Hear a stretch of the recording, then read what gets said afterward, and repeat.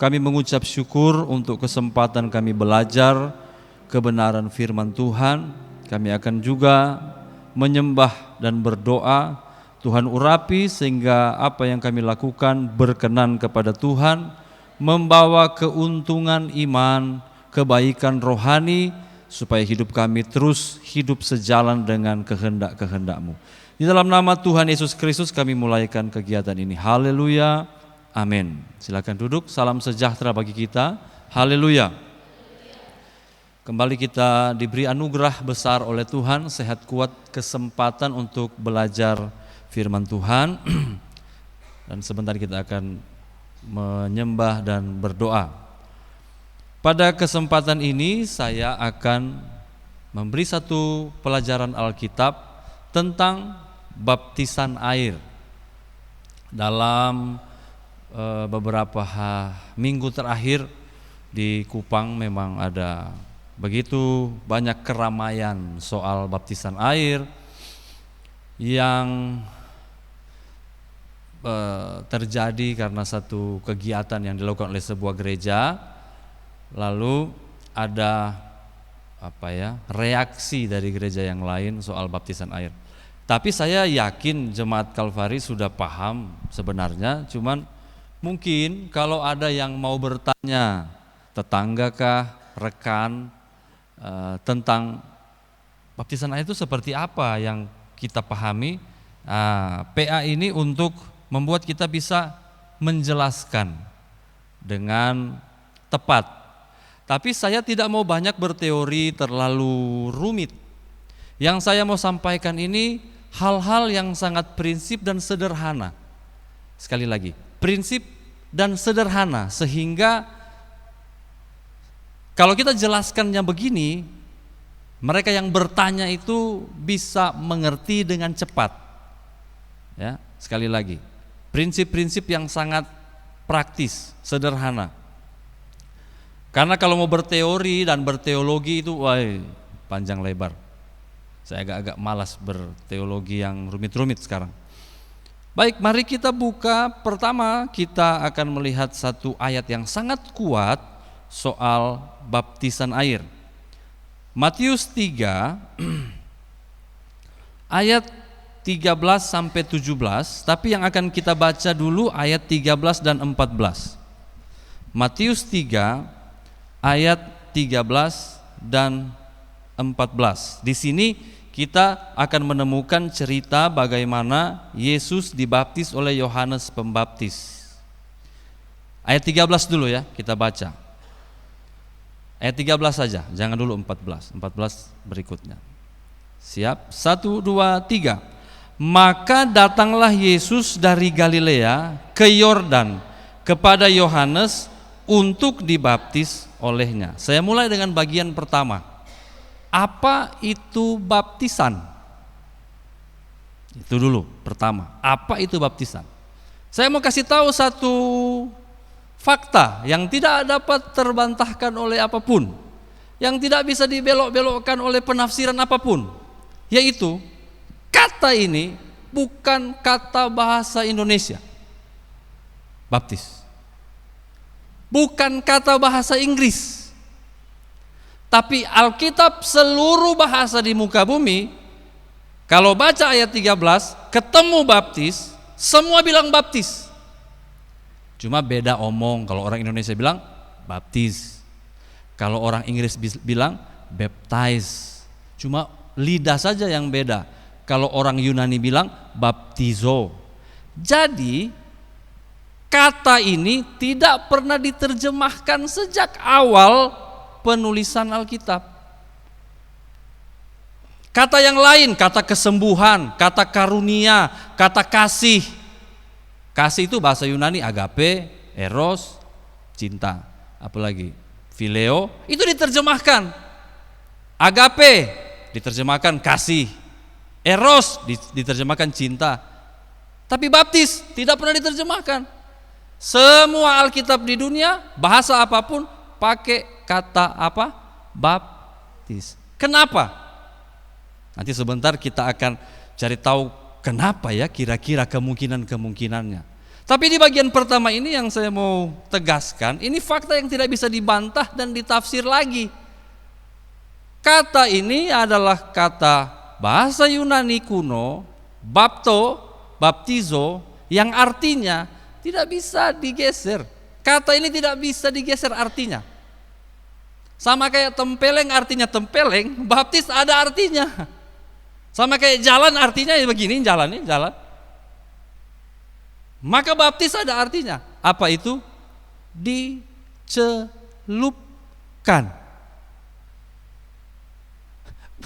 Mau pakai tafsir apa coba? Bisa. Ini kata ini tidak bisa ditafsir dengan apapun. Dibenamkan. Atau karena kita ini manusia, masuk dicelup, masuk dibenamkan. Nah ini, supaya lebih manusiawi, diselamkan. Itu arti kata baptizo. Jangan tafsir lagi, itu udah begitu. Dalam bahasa waktu orang Yahudi mau menerjemahkan perjanjian lama ke dalam bahasa Yunani, karena orang Yahudi menulis perjanjian lama itu dengan bahasa Ibrani, tapi kemudian zaman berubah. Setelah zaman Maleaki mendekati zaman Yesus, dunia perjanjian baru sekarang atau Eropa, Afrika Utara, Timur Tengah itu dikuasai oleh orang Yunani. Jadi semua keilmuan harus diterjemahkan dalam bahasa Yunani. Jadi bahasa Yunani adalah bahasa internasional, bahasa keilmuan. Sehingga para rabi, pendeta-pendeta Yahudi, teolog-teolog Yahudi mau menerjemahkan perjanjian lama mereka ke dalam bahasa Yunani. Nah, di dalam bahasa Yunani, Alkitab yang diterjemahkan, perjanjian lama yang diterjemahkan ke dalam bahasa Yunani itu disebut Septuaginta. Di dalam Septuaginta, semua kata di perjanjian lama yang berarti dibenamkan, diselamkan, dicelup, semua diartikan dalam bahasa Yunani baptizo. Jadi waktu Naaman meminta kesembuhan, lalu Nabi bilang pergi basuh dirimu di Sungai Yordan. Naaman sebenarnya sonde mau, tapi dia anak buah bilang, cuma pi mandi saja. Sebenarnya cuma mandi aja, tapi ditulis di situ, di Septuaginta, ditulis itu. Lalu Naaman pergi dan membaptis. Jadi kata ini sangat kuat.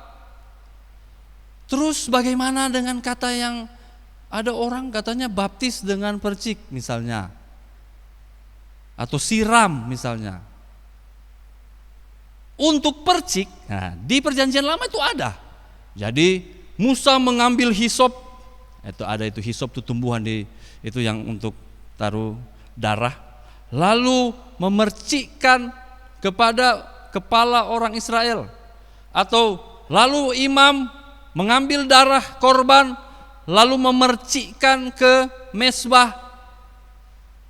Enggak diterjemahkan dalam Septuaginta baptis, enggak. Percik ada katanya sendiri. Apa katanya? Rantizo. Baptizo beda, rantizo beda. Tapi katanya itu baptis. No, Anda dari mana? Baptis begini. Tidak ada. Percik ya percik, itu bukan baptisan, itu pemercikan. Itu. Jadi Yesus di Matius pasal 3 datang dari Galilea kepada Yohanes di Sungai Yordan, di Yordan, untuk dicelupkan ke dalam air. Saya agak lucu, ada satu pernyataan di TikTok ya. Saya tidak punya TikTok, tapi ada orang save lalu kirim ke saya.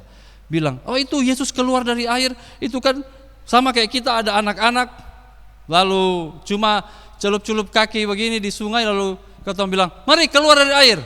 Baru itu namanya keluar dari air. Dari mana logikanya itu? Memangnya ada kita baptisan lalu cuma celup-celup keluar dari air, ya memang karena dibaptis, karena baptizo itu tadi. Kalau dalam bahasa Ibrani, tefilah, masuk ke dalam air, terbenam, lalu bangun kembali, lalu berdiri kembali. Sampai di sini bisa dipahami ya kata ini. Jadi kata ini sendiri sangat kuat, tidak bisa ditafsirkan lain. Oke, itu pertama, etimologi kata dari baptizo itu. Ada pertanyaan? Anak-anak sekolah kita mau bertanya? Oh dong, sudah apa di tingkat 1? So, mantap di sini. Cuma biasanya agak seret di penjelasan. Di sini supaham, di sini supaham, pas omong apa. Makanya berlatih untuk menjelaskan sesuatu supaya lancar. Yang kedua. Nah, sekarang yang kedua. Oke, kita sudah paham baptisan itu asal katanya baptizo dan artinya itu diselamkan, dibenamkan. Terus maknanya apa? Bukankah berarti apakah setiap kali kita masuk di sungai kita itu sudah dibaptis? Nah, baptisan ini bukan ketika dimaknai secara teologis, dia tidak lagi sebagai satu aktivitas asal masuk. Karena mencuci piring pun untuk orang Yahudi dalam bahasa Greka, dalam bahasa asli Alkitab, kalau itu melibatkan piring masuk ke dalam air, itu baptis. Mencuci piring pun. Membasuh tangan kalau itu masuk ke dalam wadah, itu baptis. Nah, apakah baptis adalah semua aktivitas yang menyuruh kita memasukkan sesuatu ke dalam air? Enggak. Masa kita baptis piring, masa kita baptis sendok? Ada pemaknaan yang paling pertama, dengar Bapak. Pemaknaan yang paling awal adalah ketika seseorang dibaptis oleh seseorang dalam satu upacara yang khusus, maka makna pertamanya adalah orang yang dibaptis itu sementara menyatakan diri secara terbuka. Saya ulang lagi pelan-pelan. Jadi kalau ada orang mau dibaptis oleh orang lain, dalam adat istiadat Yahudi dan dalam kekristenan awal, pemahaman paling awal adalah bahwa orang ini secara sadar menyatakan pernyataan terbuka bahwa dia percaya kepada ideologi orang yang membaptis. Saya kasih contoh. Misalnya Pak Eldi adalah orang Yahudi. Lalu Pak Eldi mau memilih menjadi anggota Farisi. Karena di orang Yahudi itu ada minimal ada Saduki, Farisi, Esena. Minimal ada, sebenarnya ada satu lagi, ada 4 tuh. Dan itu yang terbesar. Misalnya Pak Eldi mau menjadi anggota orang Farisi. Datanglah dia ke saya misalnya pimpinan orang Farisi. Lalu saya akan memberikan dia pelajaran-pelajaran tentang kefarisian. Pak Eldi kalau mau jadi Farisi harus begini ya, 1, 2, 3, 4. Pak Eldi sudah paham? Sudah, mari sini. Datang ke satu tempat, ke kolam atau apa, dan dibaptis. Disaksikan publik, disaksikan semua orang, keluarga dan anggota Yahudi yang Farisi yang lain. Lalu ketika dibaptis, dia dibaptis dalam nama kefarisian. Jeblus. Dan ketika dia keluar dari air, maka dia resmi terinisiasi menjadi orang Farisi. Tapi misalnya tahun depan Pak Eldi merasa, sonde enak jadi orang Farisi, beta mau jadi orang Esena, itu dibaptis lagi. Dia datang ke misalnya Juan adalah pimpinan orang Esena, beta sudah bosan jadi orang Farisi, beta mau jadi orang Esena sah. Dikasih pemahaman lagi, dikasih pelajaran tentang kehidupan keesenaan, lalu dibaptis. Dia menjadi orang Esena. Jadi sekali lagi, pemahaman tentang baptisan yang paling pertama adalah ritual inisiasi. Jadi siapapun yang dibaptis dalam nama apapun, berarti dia mengakui secara terbuka, saya sekarang pengikut. Jadi kalau saya dan saudara berkata, saya dibaptis dalam nama Tuhan Yesus Kristus, dalam nama Bapa, Putra, Roh Kudus, yaitu Tuhan Yesus Kristus, maka baptisan itu adalah sebuah inisiasi berdasarkan pernyataan saya percaya kepada Tuhan Yesus Kristus sebagai Tuhan dan Juru Selamat. Buktinya apa? Saya memberi diri dibaptis. Makanya kalau baptisan kan Bapak Gembala bilang, mari sini jemaat datang ke depan. Untuk apa? Jadi saksi. Jadi saksi, harus ada saksi. Jangan cuma sembunyi-sembunyi, nggak bisa. Minimal ya ada anggota jemaat, ada pimpinan umat untuk menyaksikan, karena ini pernyataan iman. Jadi baptisan adalah sebuah tanda menjadi murid. Kita perhatikan ayat-ayat yang lain. Coba kita lihat di Yohanes pasal 3.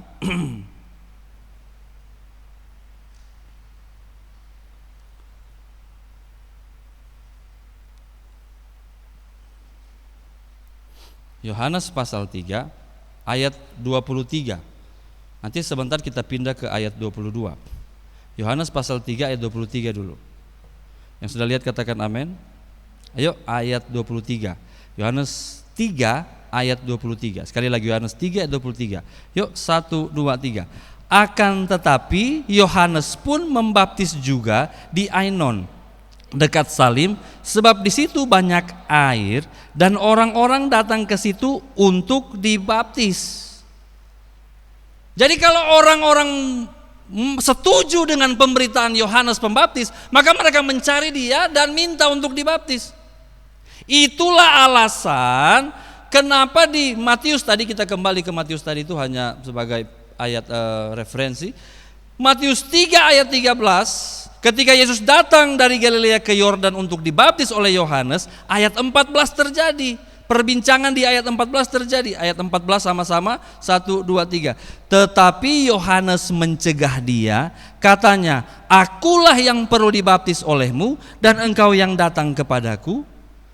Yohanes merasa tidak layak. Sebenarnya aku yang harus percaya kepadamu, mengaku percaya kepadamu.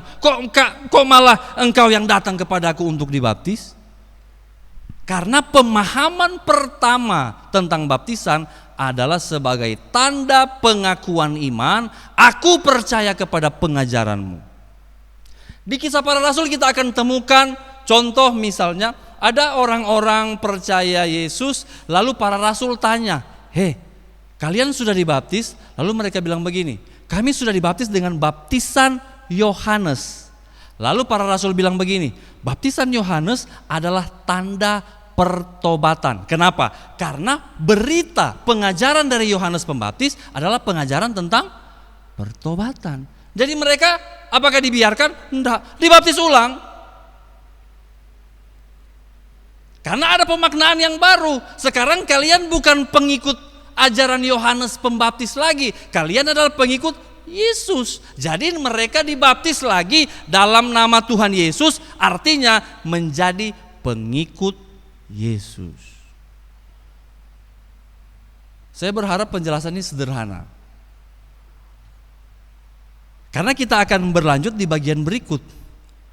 Saya berharap kita paham ini. Saya sudah berusaha menyederhanakan sekali. Kita akan masuk ke pemaknaan berikut. Kalau itu adalah pemaknaan awal, maka kemudian akan lahir pemaknaan-pemaknaan lain, dalam tanda kutip pemaknaan teologis, pemaknaan keilmuan teologis. Lalu mereka kemudian mulai berpikir mengkaitkan baptisan itu sama dengan sunat. Karena itu ada yang berpendapat begitu. Karena itu baptis dari kecil, sama seperti orang Israel disunat umur 8 hari. Itu teologis, itu permainan. Tidak ada praktek baptis anak kecil dalam Alkitab.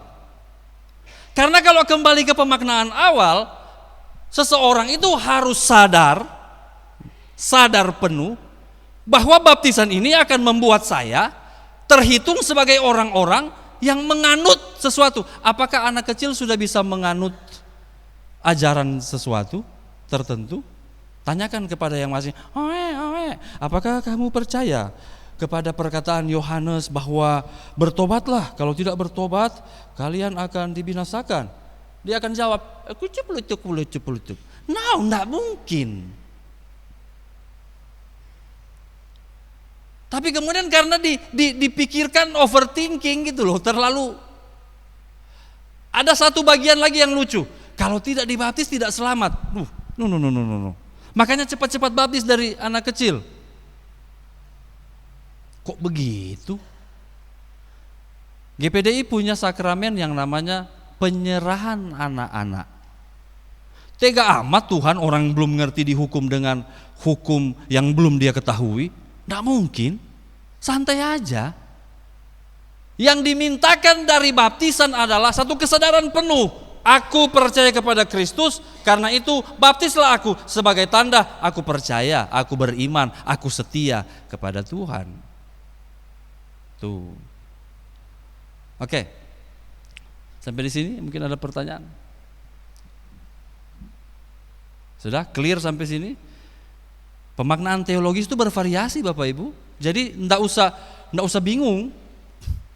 Kalau saya ke orang yang bertanya itu saya selalu kasih argumen-argumen yang bisa diterima oleh pikirannya lah. Lalu saya akan bilang ke dia, nah sekarang menurut lu logika ke mana? Saya tidak mau bilang menurut lu roh, susah mau tangkap ini roh di mana. Nah, logika sah. Kok memang begini? Terus kenapa ada baptisan percik? Kenapa ada baptisan anak kecil? Nah, saya ambil contoh ini ya. Contoh. Saya tidak mendiskreditkan ajaran aliran yang lain. No. Ini contoh. Dari mana orang punya referensi? Karena saya mau bilang ini, tidak ada referensi. Saya ulang sekali lagi, hai warga YouTube, tidak ada referensi dalam Alkitab baptisan anak kecil dan baptisan percik. Tidak ada. Biar mau cari di sudut panasan ada. Nah, terus dari mana referensi itu? Nah, ini dia. Referensi ini datang dari satu kumpulan tulisan yang bernama Didache. Didache ini diklaim sebagai tulisan-tulisan murid para rasul, atau ada yang berani bilang ini tulisan para rasul soal kehidupan praktis berjemaat atau menjadi orang Kristen. Saya ambil contoh Didache 7. Didache 7. Didache 7, yang saya ambil ini bahasa Inggrisnya.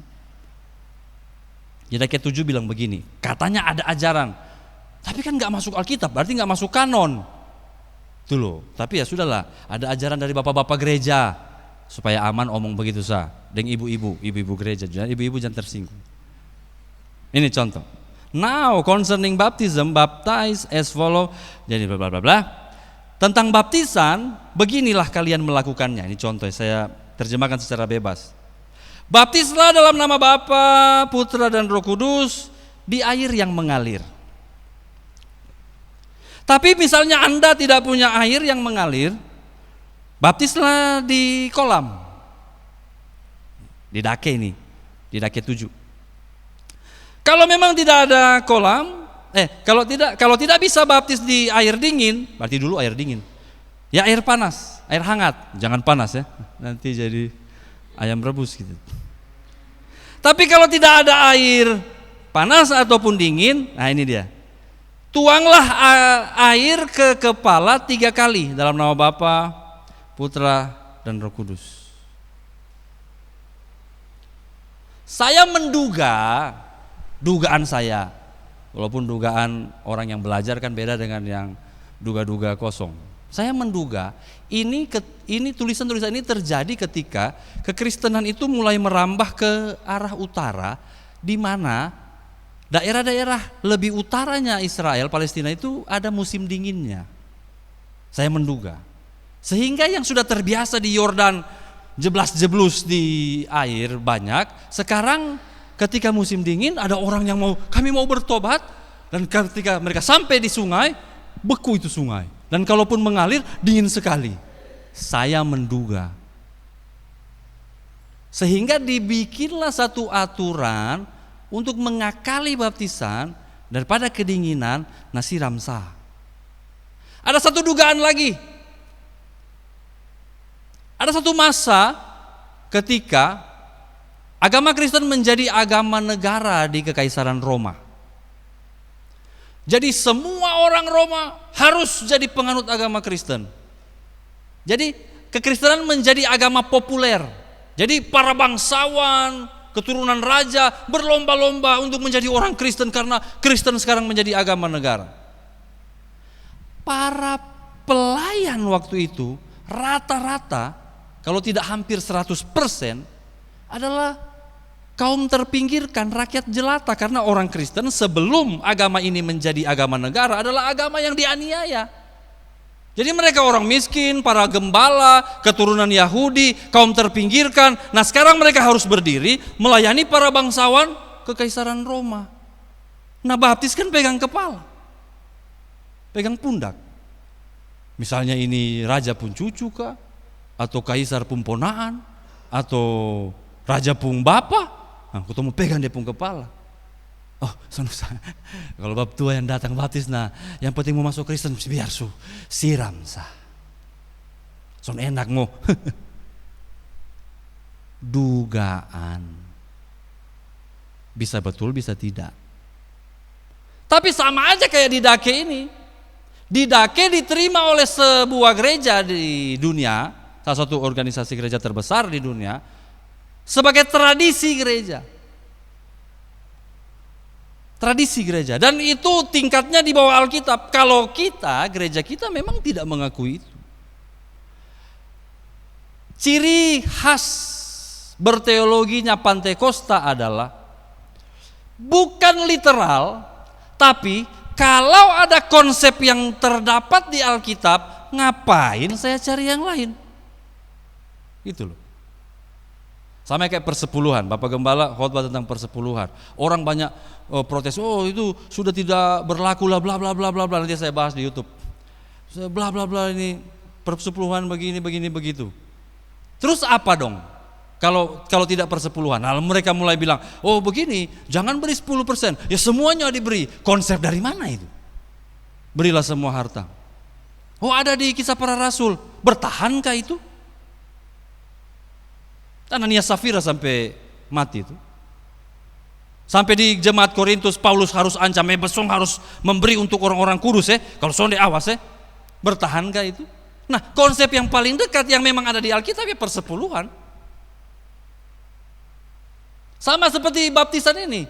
Kalau baptisan ini ada konsepnya di Alkitab, baptisan selam, baptisan dewasa, kenapa saya harus dengar itu Bapak tua yang saya tidak kenal itu, yang tulisannya tidak dimasukkan dalam Alkitab sebagai firman Allah, hanya ditulis sebagai didake? Why? Kenapa? Kalau kita sudah punya sumber primernya. Tanpa bermaksud merendahkan sejarah gereja. No, saya sangat menghargai sejarah gereja. Tapi sejarah tidak semuanya benar. Hanya satu yang kita akui sebagai firman Allah, Alkitab, bukan didake. Tanpa membuang itu. Jadi Bapak Ibu, kita sampai di sini bahwa baptisan dewasa sebagai pengakuan iman, percaya kepada Kristus dengan kesadaran penuh, itu didapat dari Alkitab. Saya tutup dengan ini. Lalu ada satu pemahaman teologi satu lagi yang penting. Satu lagi. Saya tutup dengan ini. Ada banyak ayatnya, tapi saya pilih Kolose 2. Ada beberapa ayat yang penting, tapi coba kita lihat di Kolose 2 dulu. Kolose pasal 2 ayat 12.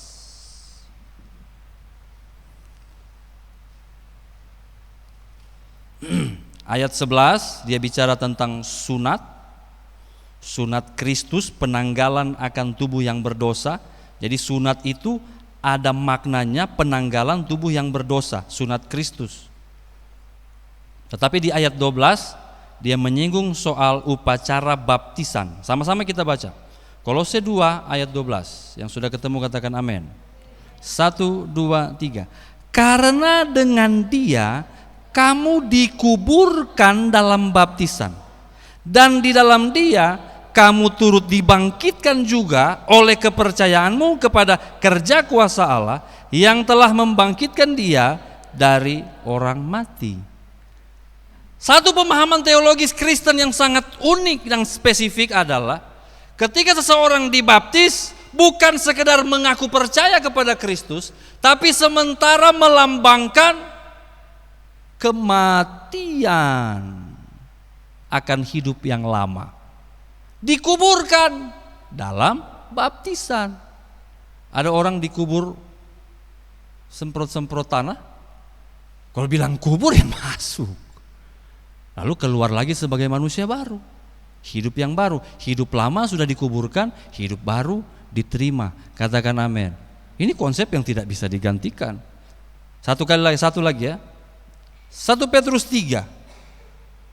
1 Petrus 3. 1 Petrus pasal 3 ayat 21. Ada kiasan air bah ketika Tuhan memusnahkan dosa muka bumi di zaman Nuh, ayat 21. Oke, sama-sama kita baca 1, 2, 3.